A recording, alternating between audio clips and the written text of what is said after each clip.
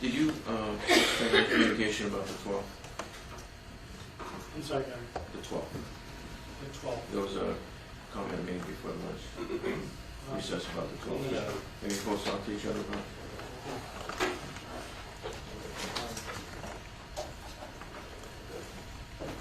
I didn't hear it.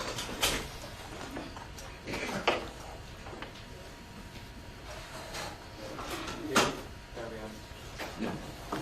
Yeah, I mean, Okay, I just need to know it, because we're not on a record class like this, so you know, I just need to know if it was a conversation, if it didn't get conversation. about that during the lunch recess. No, we did not. All I right. mean, there's, I think that we would want to put something on the record in our discussion.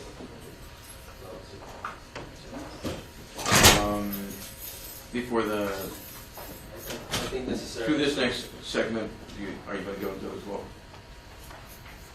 On for the records? Yes. Okay, we're going to talk about it. Okay, all right.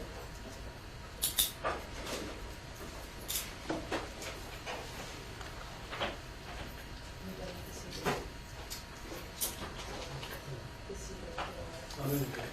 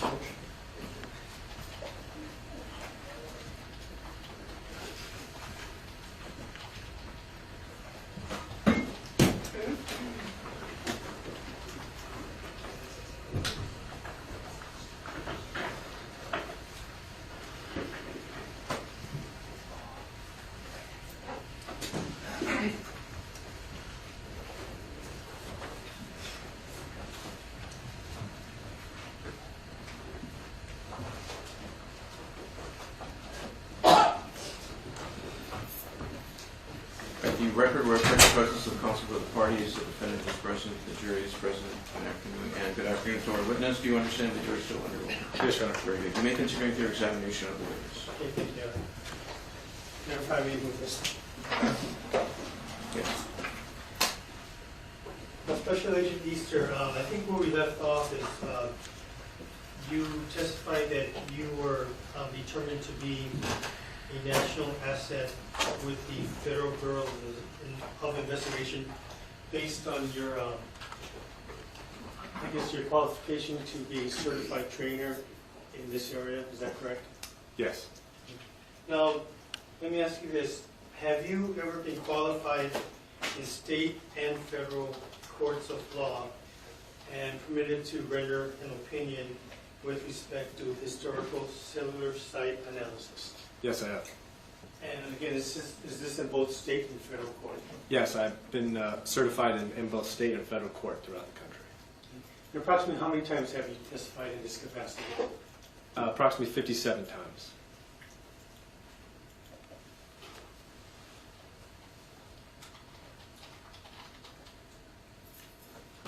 And with that foundation, maybe we could put something on the record. Yes.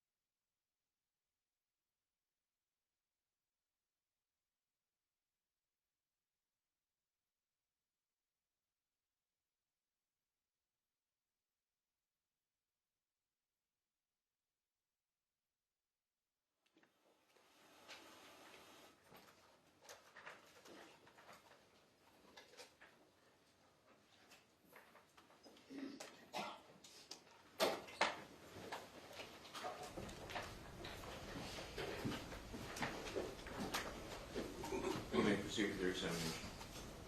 Thank you. Now, Special Agent Easter, can you inform us or tell us what is the methodology you use behind historical cell site analysis? Sorry for the beginning. Okay. So CAST, or the FBI, uses a methodology that we teach, which is the fundamentals of understanding why a phone selects a tower. And I'm holding my phone as just as a simple prop. It's obvious that I'm not making or receiving a phone call at this moment, but my phone is still actively doing something. And what my phone is actively doing is listening. It's scanning its environment to identify the best cell phone tower and cell sector for it to receive service. And so the key part of that is your cell phone is in charge of picking the tower and sector based off of the best signal. So your phone, when it wants to make a call, will use that tower with the best signal to make or even receive a call. And so when we understand that important principle, we then can look at the records themselves. Is once your phone has made an outgoing call and was assigned a cell site and sector channel, it is then recorded in the records that that event took place. And so for an AT&T records, we would see not only who the AT&T phone was calling, we would see the date and time and the duration, but we see that key aspect, which I need, and that key aspect is that cell phone tower and cell site that the cell phone used to make or receive that call. And because I know the second or the third part of that is I know where this cell tower is located because AT&T keeps track of that. I'm able to put that tower's location on a map. And they also keep track of the direction that each sector on the tower is facing. So those towers have antennas that are designed to project coverage into specific areas. And so when I see, based on the fundamentals of the phone picking the best signal, the best tower sector, I'm able to plot that tower and sector and relate where that phone would have likely been to make or receive that call. And then I'm able to relate that to known events or occurrences such as crimes. Now, turning your attention to the year 2014, what, if any, requests did you receive from the Maui Police Department with respect to your assistance and services in historical cell site analysis?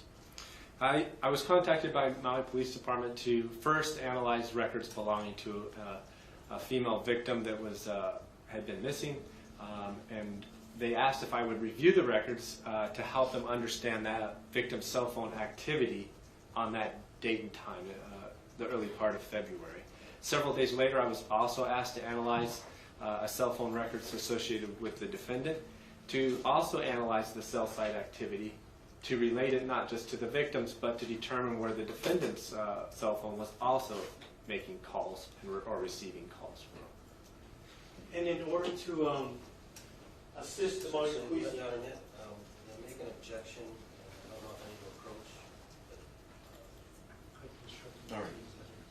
Sir, the state instruct special agents to use different terms in describing the players in this matter. So, I think it would be okay to just use names. And that would be fine. Why don't we just- so special agent, so right now, if you would, instead of using the term victim, if you could use Charlie Scott Okay. as a person, and you may use the defendant, or refer to the defendant as a defendant. Okay. I will do. Or if you wish, by name, whatever you're more comfortable. Okay. So, in order for you to assist the Maui Police Department in this request, what, if any, records did you receive? I asked for all the records that they had obtained. They'd already, in the conversations with them, I knew that they were requesting the AT&T phone records for Carly Scott as well as the defendant. And so I asked them to provide everything that they received so that I could then review that for analysis. And when you say they received, you're referring to the Maui Police Department, Yes, sir. and received from your, as far as your understanding goes, received from whom? For those two numbers, AT&T. And in the past, Special Agent, have you worked with that company, AT&T, as well as with AT&T's phone records? Yes. And how often would that have been? I look at phone records every day. AT&T is one of the more popular service providers, so I would say about maybe a third of the records I look at are going to be AT&T. And does this include, if anyone, their representatives who are analysts as well as their engineers that you mentioned earlier? Yes, I don't interact with them on a daily basis, but they are part of our training that I talked about in my background with the certification, as well as our annual certification, and when critical incidents or critical events across the country occur, we do partner with them on significant events.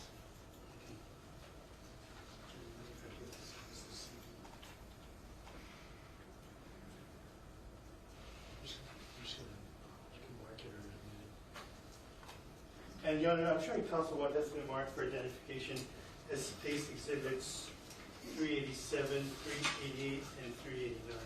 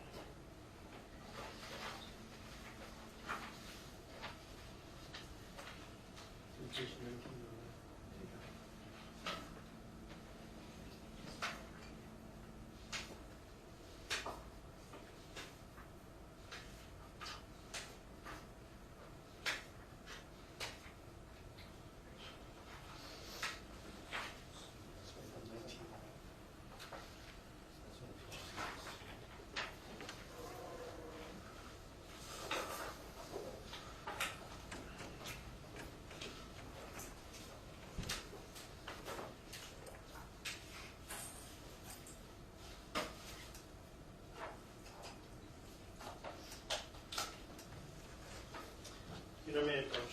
You may. Thank you. Okay, Special Agent Easter, I'm showing you what has been marked for identification.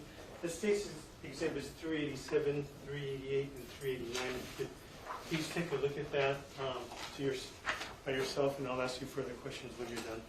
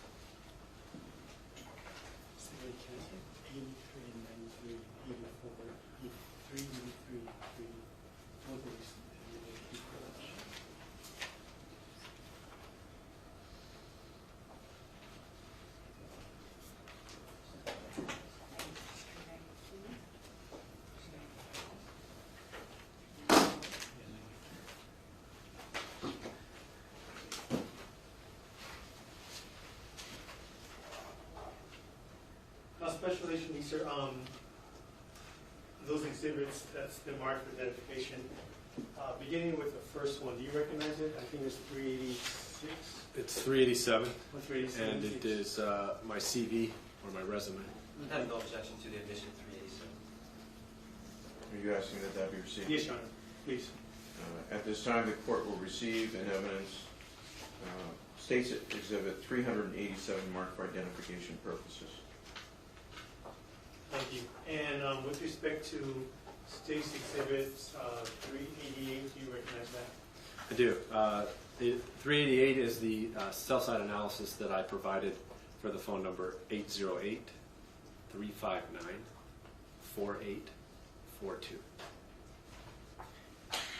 Is that an accurate, I guess an accurate copy of the cell site analysis that you prepared for that particular phone number? Yes, sir. Has it been altered, changed in any way? It does not appear to be changed or altered anyway. Your Honor, just have to say we're moving against State's Exhibit 388 marked for identification. My understanding that does not include the dates of the 12th, and if that's the case, we have no objection. Oh, I'm sorry, it's subject to our running objection relative to the 902 issue. And in light of that, I'll reserve ruling on it. Thank you, Your Honor. And it's for purposes of, we're eventually going to ask that the special agent be allowed to refer to it, and we're going to publish it. We're going to ask permission to publish it. I understand. Thank you.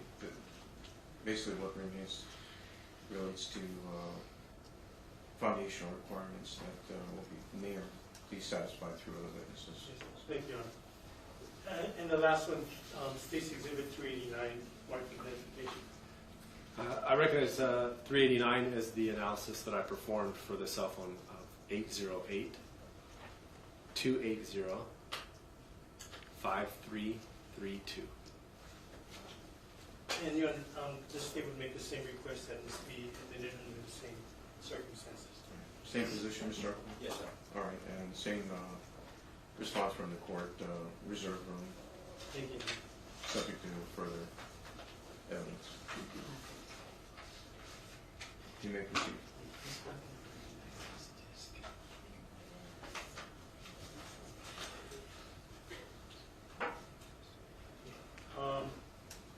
Your Honor, may I approach? Yes.